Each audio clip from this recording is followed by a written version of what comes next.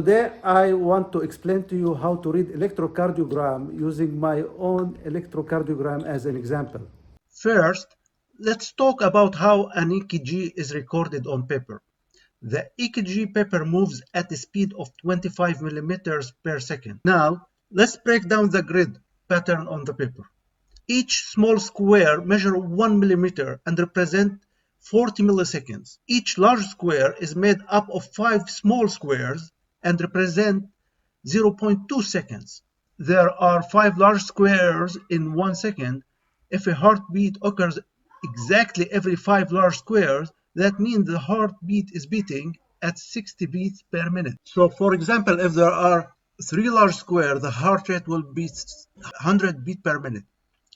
And if there are 2 large squares between 2 beats, the heart rate will be 150 beats per minute. The heart is divided into 4 chambers, 2 atria, upper chambers, and 2 ventricles, lower chambers.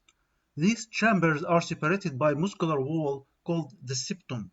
The atrial septum separates the left and right atria, while the ventricular septum separates the left and right ventricle. The heart has a natural pacemaker called the sinoatrial node, which is located in the right atrium.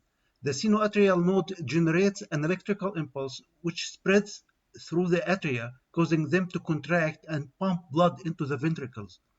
From the atria, the signal reaches the atrioventricular node, AV node, which slows down the impulse slightly before sending it to the His bundle.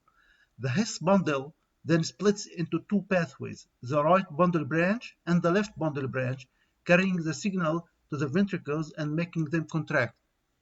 Now, let's zoom into my ECG and focus on one of the beats. Now, let's go over the waves you see on an ECG and what they represent. P wave, this represents atrial depolarization, meaning the atria are contracting. It's the first small upward deflection on the ECG. A QRS complex, this represents ventricular depolarization, meaning the ventricles are contracting and pumping blood. It has 3 parts. The Q wave is a small downward deflection, not always present in every lead. The R wave is a large upward spike. The wave is a small downward wave that follows the R wave. Since the ventricles are much larger than the atria, the QRS complex is much bigger than the P wave. P wave represents ventricular repolarization, meaning the ventricles are resting and getting ready for the next heartbeat. It's usually a smooth upward wave following the QRS complex. Now, let's take a look at my own ECG. First, we can see that it has a normal sinus rhythm because there is a P wave before each QRS complex. It tells us that the electrical impulse is originating from the SA node, which is the heart natural pacemaker. The distance between the P wave and the R wave is constant, which means the conduction from the atria to the ventricles is regular. The normal PR interval is between 0.12 to 0.2 seconds, which is up to 1 large square on the ECG paper. This confirms that the electrical impulse is traveling normally through the AV node. The normal heart rate for an adult is 60 to 100 beats per minute. The normal QRS complex duration is between 0.06 to 0.1 seconds. Let's see how my ECG compared to the normal. So the PR is 0.172, which falls within the normal interval.